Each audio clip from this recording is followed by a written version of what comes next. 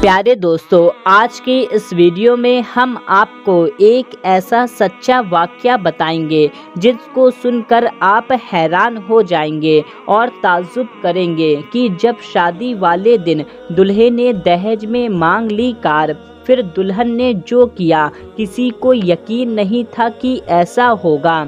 इसीलिए दोस्तों, आप इस वीडियो को पूरा आखिरी तक देखते रहिए। ये बहुत ही प्यारी वीडियो है और आप इस वीडियो को एक लाइक कर दीजिए और चैनल को भी सब्सक्राइब कर लीजिए, क्योंकि हम आपके लिए आपकी ज़रूरत की वीडियो लाते रहते हैं। प्यारे दोस्तों, गुजरात के अहमदाबाद में दो परिवार के बीच लड़का और लड़की की शादी तय हुई। फिर कुछ दिन के बाद उनकी मंगनी हो गई, यानी सगाई हुई। लड़की काफ़ी अच्छी पढ़ी लिखी थी। सगाई के बाद तकरीबन 1 साल का वक्त गुजर गया। उसके बाद शादी का दिन आ गया। जब लड़के वाले बारात लेकर लड़की के घर पहुँचे तो लड़के वालों का शानदार स्वागत किया गया, मगर निकाह से पहले लड़के ने कार की मांग कर दी। तो यह सुनकर लड़की के वालिद हैरान व परेशान हो गए। जब इसके बारे में लड़की को मालूम हुआ कि लड़का दहेज में कार मांग रहा है, तो दुल्हन शादी करने से इनकार करने लगी। यह देखकर लड़की का वालिद लड़की को मनाने लगा कि बेटी, अगर शादी ना हुई तो हमारी इज्जत चली जाएगी, तुम शादी के लिए हाँ बोल दो। ये सुनकर लड़की कहने लगी, बाबा, आप मेरी शादी ऐसे शख्स से क्यों करना चाहते हैं जिसको मुझसे मोहब्बत नहीं, मेरे साथ जाने वाली दौलत से मोहब्बत है। बाबा, मेरी ज़िंदगी वहाँ पर क्या होगी जहाँ पर मेरी इज्जत मेरे इल्म, हुनर और मेरी सादगी की वजह से नहीं, बल्कि मेरे साथ जाने वाली फ्रिज, कार और दूसरी महंगी चीज़ों की वजह से होगी। ये सुनकर लड़की के वालिद की आंख आंसू से भर गए और कहने लगे, अगर अब शादी ना हुई तो लोग क्या कहेंगे और हमारी इज्जत का क्या होगा। जब मैंने इतना कुछ किया तो मैं कार का भी इंतज़ाम कर सकता हूँ, मगर तुम इनकार मत करो। दोस्तों, वो लड़की अपने बाप की आंखों में आंसू देखकर शादी के लिए तैयार हो गई। उसके बाद उन दोनों की शादी हो गई। शादी के 2 दिन के बाद लड़की के वालिद ने कार का इंतज़ाम कर दिया। लड़का कार पाकर बहुत खुश हुआ। उसके बाद अपनी बीवी को बिठाकर घर जाने लगा। रास्ते में वो गाड़ी बहुत तेज़ स्पीड में चला रहा था और म्यूज़िक भी फुल करके रखा था। यह देखकर लड़की कहने लगी, म्यूज़िक की आवाज़ कम करो और गाड़ी की स्पीड भी कम करो। यह सुनकर लड़का ने कहा, मुझे काफ़ी टाइम हो गया है अपने दोस्तों की गाड़ी चलाते हुए, आज पहली बार मैं अपनी कार चला रहा हूँ।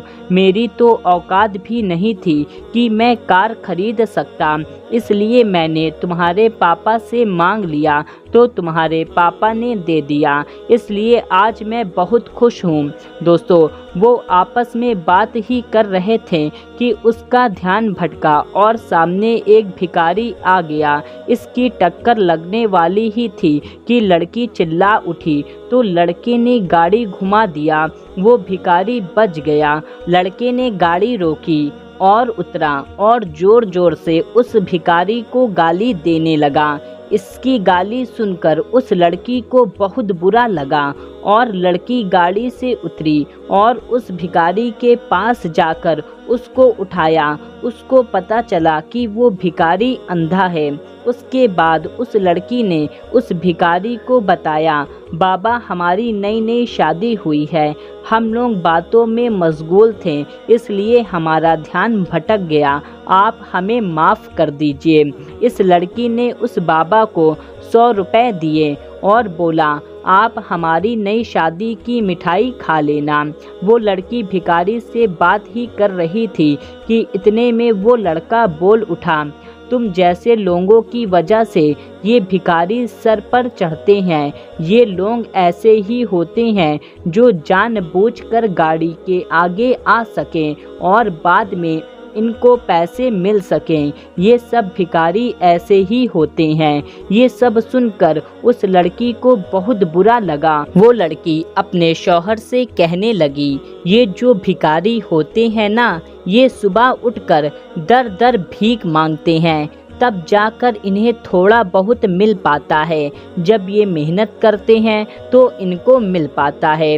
और जहाँ पर मेरे पापा ने इतना पाल पोष कर इतना बड़ा किया, उन्होंने अपना सब कुछ आपके हवाले कर दिया।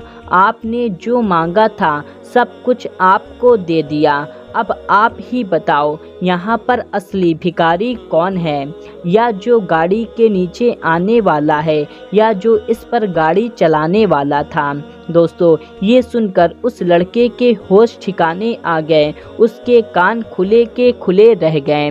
उसको एहसास हो गया यहाँ पर असली भिखारी कौन है।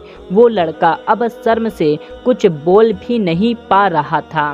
यहाँ पर असली भिखारी तो वो लड़का है। उसको ये बात खुद एहसास हो गई थी। लड़की की इन बातों को सुनकर लड़का रोने लगा। दोस्तों, दहेज मांगना भीख मांगने से बदतर काम है।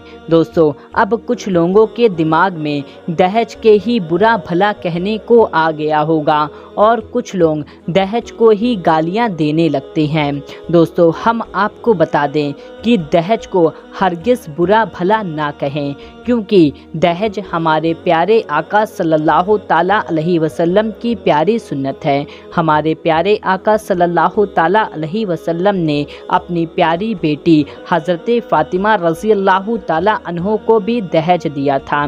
तो दोस्तों, दहेज देना कोई बुरा या गलत काम नहीं है, लेकिन दहेज मांगना हराम काम है। अगर आपके पास है तो आप चाहे 1 लाख का दहेज दें या 5 करोड़ का दहेज दें, लेकिन अगर कोई दहेज मांगता है तो दहेज मांगना हराम है और दहेज मांगने वालों के यहाँ अपनी बेटी को नहीं करना चाहिए। दोस्तों, इसके पीछे सबसे बड़ी वजह ये है कि अगर आपसे कोई आज 1 करोड़ का दहेज मांगता है तो आज आप 1 करोड़ का दहेज तो दे देंगे कैसे भी करके, चाहे आप उधार कर्जा ही करके क्यों ना दे दें। लेकिन एक बात हमेशा याद रखें, जो दहेज मांगते हैं उनके मुंह हमेशा खुले होते हैं। वो हमेशा किसी ना किसी चीज़ की डिमांड करते रहते हैं। आज कार की डिमांड करते हैं तो कल बाइक की डिमांड करेंगे, यानी कि वो हमेशा किसी ना किसी चीज़ की डिमांड करते रहेंगे। तो हमेशा याद रखें कि आपको दहेज को गाली नहीं देनी है। माज़ल्ला अस्तगफिरुल्लाह ला हौल वला कुव्वत। आपको दहेज को हरगिज़ गाली नहीं देनी है, बल्कि दहेज मांगने वालों को बुरा कह सकते हैं, लेकिन दहेज को आप हरगिज़ बुरा नहीं कह सकते, क्योंकि ये हमारे प्यारे आका सल्लल्लाहु ताला अलैहि वसल्लम की सुन्नत है। तो आपके पास जितना भी है आप हस्बे तौफीक दहेज दें, लेकिन दहेज किसी से हरगिज़ ना मांगें। दहेज मांगना हराम काम है।